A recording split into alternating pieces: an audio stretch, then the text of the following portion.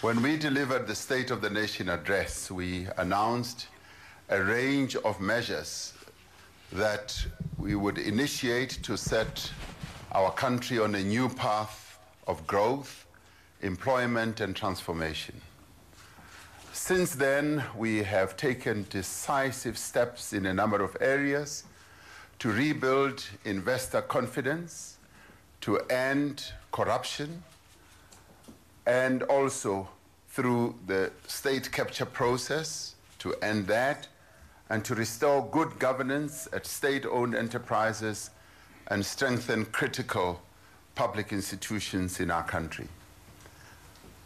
Yet, as much as we have done this, it is evident from the contraction of the economy that indicated in the first two quarters that our economic challenges are huge and our difficulties are severe, and in the end will take extraordinary effort, and they will also take some time to overcome. This is the reality that we are having to deal with. For several years now, our economy has not grown at the pace that is needed to create enough jobs and to lift our people out of poverty. Public finances have been constrained, limiting the ability of government to expand its investment in economic and social development.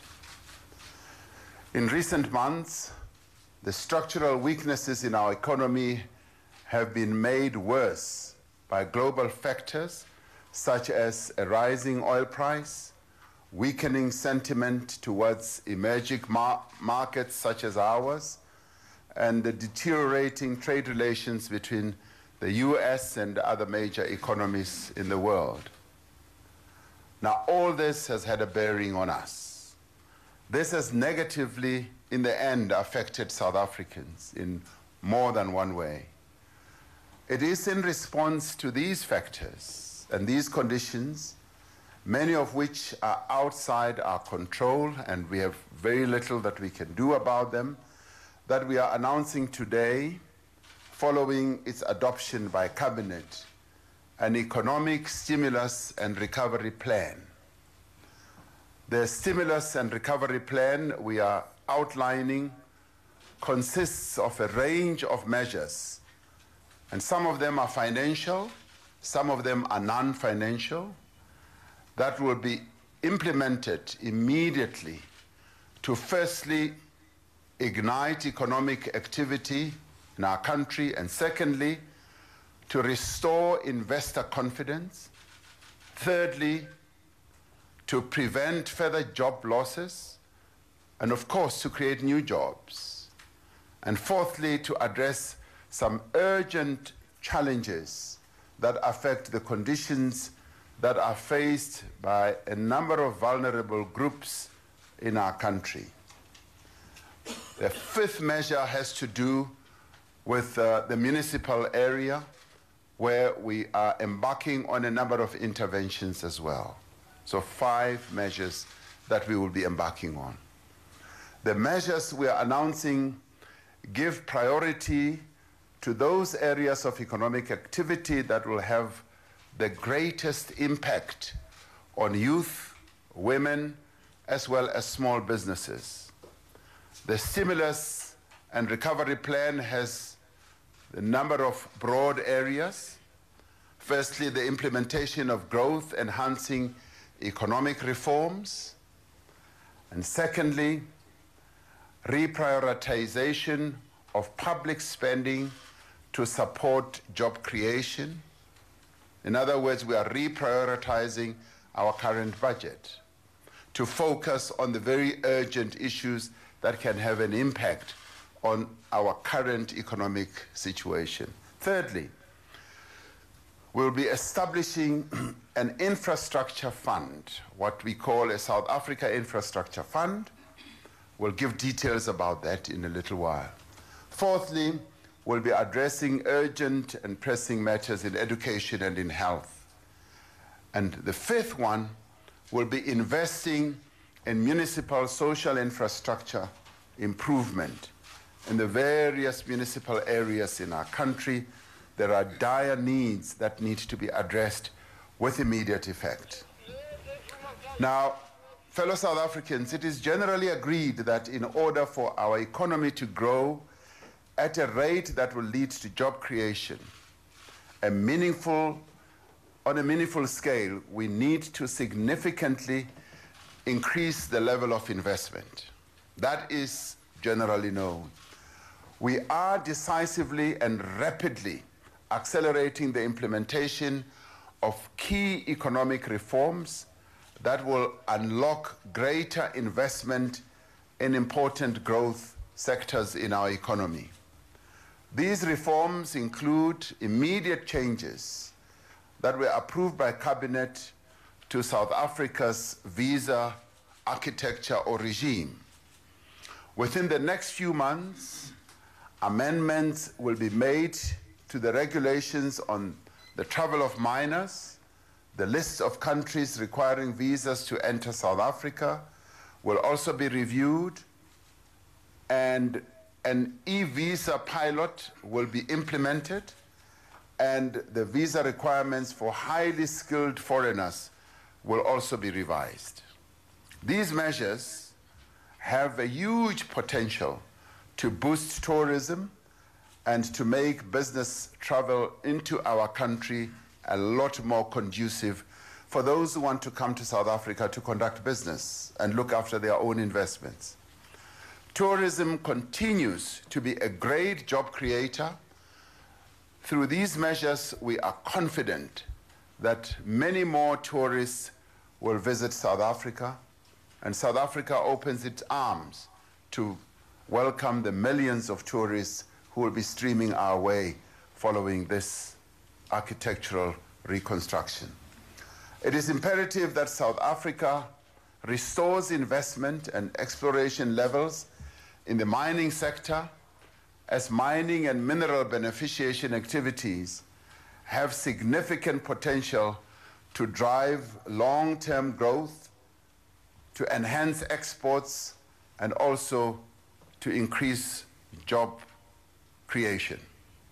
Following extensive consultation that involved industry players, that involved communities, that involved labor and the government in its various structures, Cabinet approved the revised mining charter.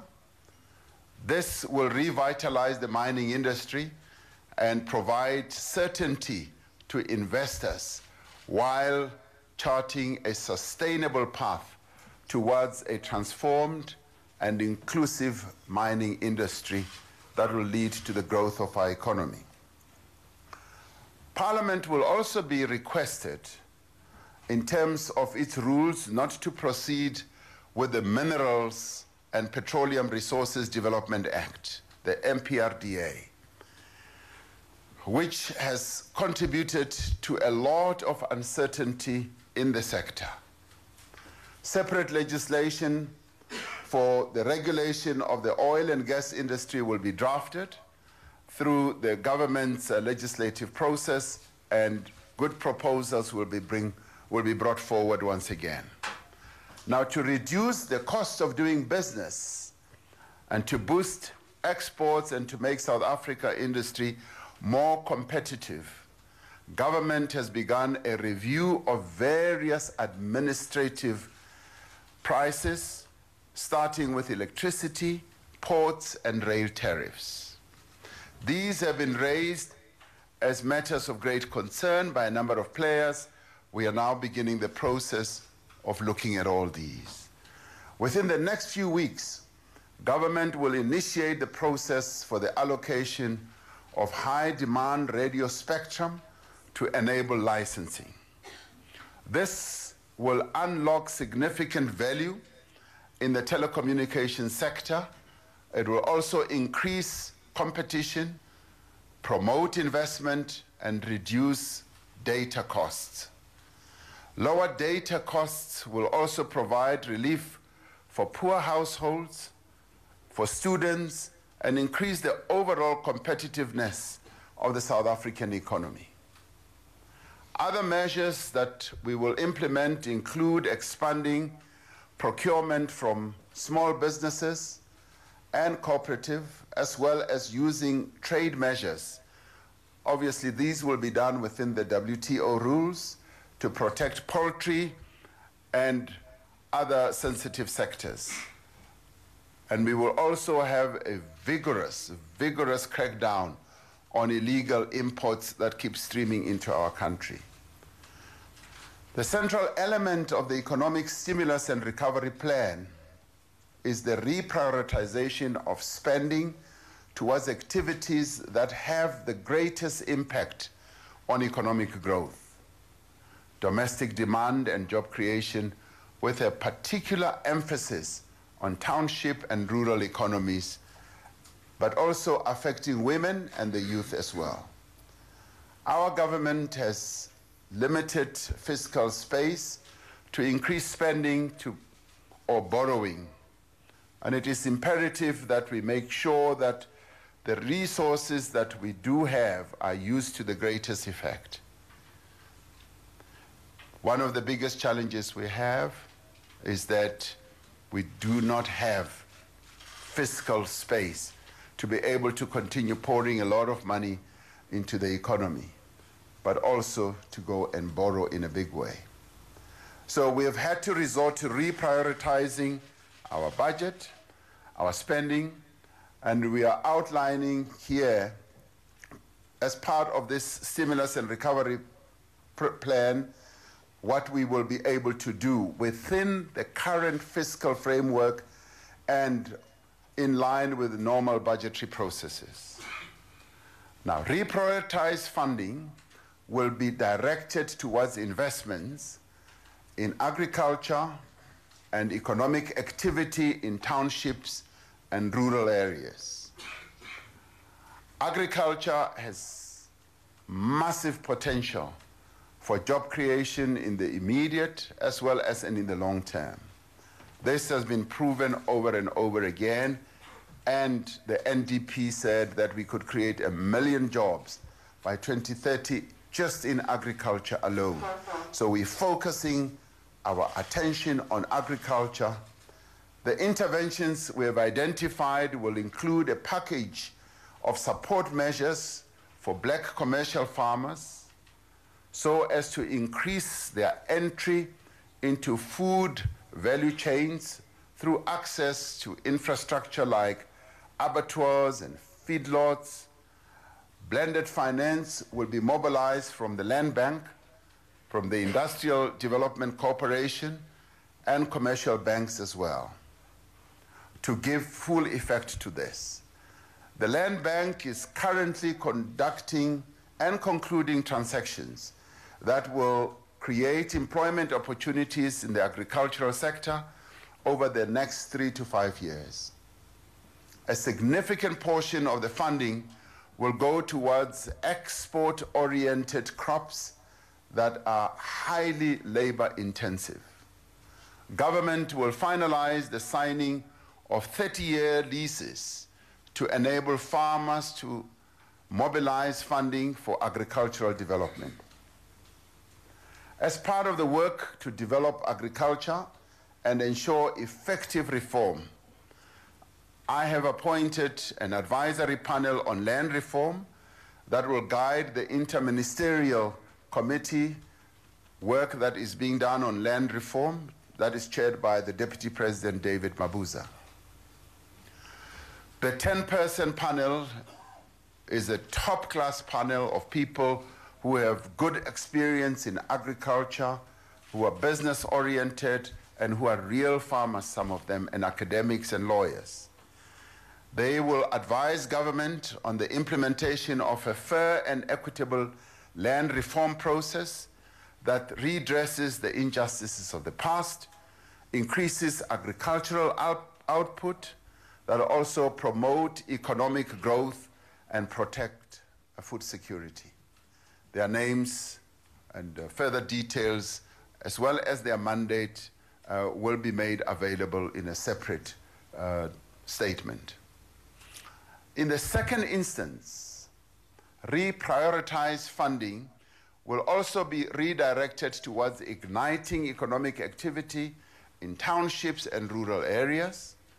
We have prioritized the revitalization of 3 regional and 26 township industrial parks that will act as catalysts for broader economic and industrial development in townships and rural areas. Many of these have been lying fallow for many, many years, and we now want to get on with the task of revitalizing them. A township and rural entrepreneurship fund is being established to provide finance to either scale up existing projects or provide startup capital for new projects. And this will be embarked upon based on the experience that we have garnered in earlier initiatives and also looking for new and very innovative methods of revitalizing township economies.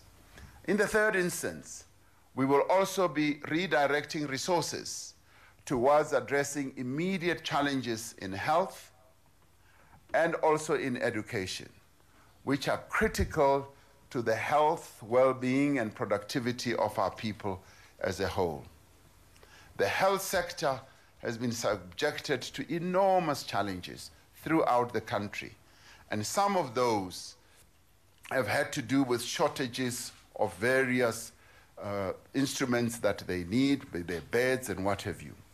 Arising from the priorities that have been identified at the meeting of the President's Coordinating Council earlier this week, additional funding will be directed to addressing the dire state of sanitation facilities in many public schools, ensuring the completion of 1,100 sanitation projects in the current fiscal year. To address some of the shortages, and just to deal with sanitation, we have received enormous support from the private sector, who, after the deaths of young people in these latrines, they have come forward, and we are now receiving daily support, even from individuals, but people who want to assist and fund the challenge that we face in relation to sanitation in our schools. This project will be continued with, and to address the shortages in our hospitals, funding is being made available immediately to buy beds and linen, while the Minister of Health will immediately fill 2,200 critical medical posts, including nurses as well as interns. And this is an urgent need that we are addressing through this whole intervention. In total, the plan will result in reprioritized expenditure and new project level funding of around 50 billion rand. The Minister of Finance will provide more details about the final amounts involved in the specific areas affected during the medium-term budget policy statement next month. The stimulus and recovery plan prioritizes also infrastructure spending as a critical driver of economic activity. Infrastructure expansion and maintenance has the potential to create many, many jobs on a very large scale. But it also has the potential of being able to attract investment and to lay a foundation for sustainable economic expansion. Now, our infrastructure spend has over the years been tapering down. And the tapering down of infrastructure means less and less economic activity. And it is for this reason that we're now focusing in a very bold way on infrastructure, with a view to unlocking the potential to create new jobs. On a large scale, we have decided to set up what we call a South Africa Infrastructure Fund, which will fundamentally transform our approach to the rollout, the building and implementation of infrastructure projects. The lessons that we learned in the 2010 World Cup infrastructure build and rollout will stand us in good stead as we set out to establish this fund and to address the implementation of our infrastructure challenge. The South Africa Infrastructure Fund will reduce the current fragmentation of infrastructure spend and ensure more efficient and effective use of resources. Our infrastructure play is scattered throughout the country, and at times we tend to work in silos. Now, through this structure that we are creating, we will be able to create economies of scale, have a mega fund that will be able to galvanize even the private sector to participate in this. The private sector has been invited to enter into meaningful partnerships with us, and we've spoken to a number of them in banks and in pension funds, insurance companies. They are hugely excited about this.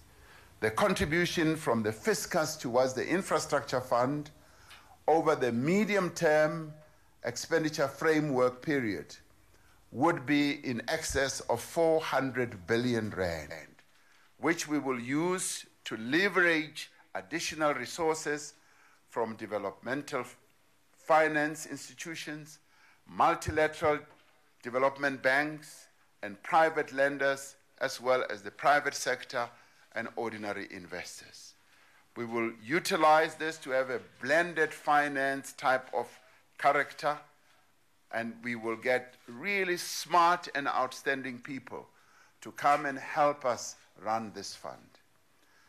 To ensure that these funds are used effectively and that the projects are completed on time and on budget, we are establishing a dedicated infrastructure executive team in the presidency that has extensive project management and engineering expertise to assist with the project design and oversee implementation.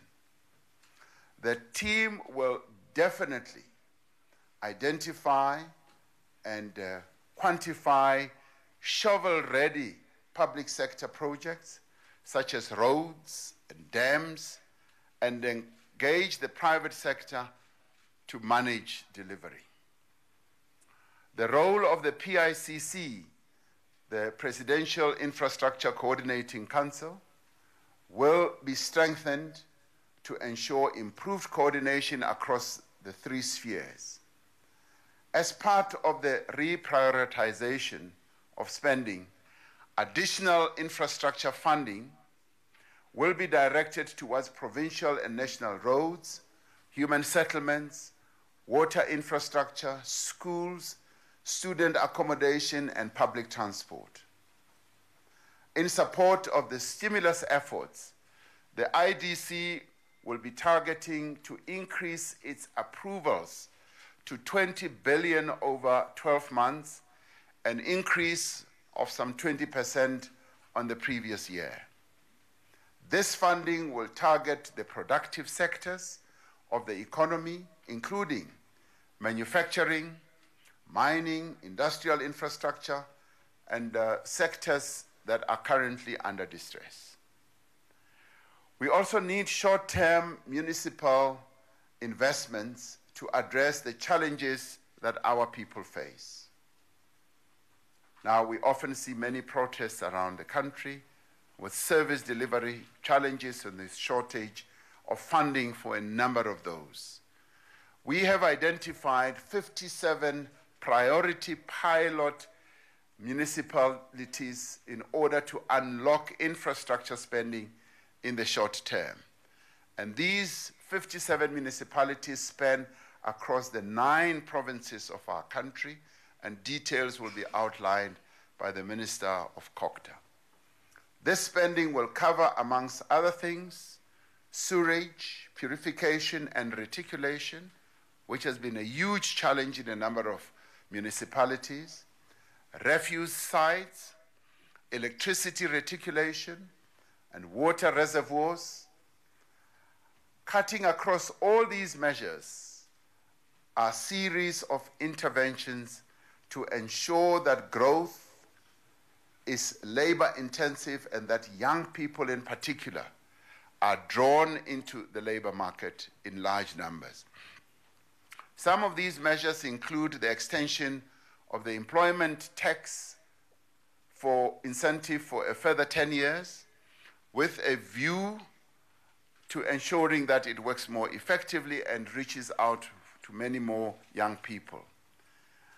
Greater support will also be given for public employment programs. Additional support will also be given to clothing and textile sector and the use of funds from the Unemployment Insurance Fund to support labor activation programs. Igniting economic activity does require partnership and collaboration. It cannot be done by one partner or one social partner alone or by government only. It must be a national effort in which all of us as partners in South Africa work together to restore our economy to growth in the immediate term and prepare the ground for sustainable, inclusive growth into the future. We have held consultations with leaders from business and labor on this plan. We are encouraged by the support they have pledged for the measures outlined, and many have undertaken to provide resources and expertise to ensure that we succeed in what we are doing. We continue to draw on the guidance and the support of bodies such as the National Planning Commission, which will soon release its own guidance on focal areas to stimulate the economy, and government will continue to coordinate its work with formations like the CEO initiatives that is composed of the CEOs of businesses, including labor leaders. We are certain that the measures we are outlining here will have an impact and will complement the deliberations also that we are going to have at the Job Summit. The preparation for the Job Summit is underway, and the social partners are looking at a number of proposals on how we can create further jobs in our economy.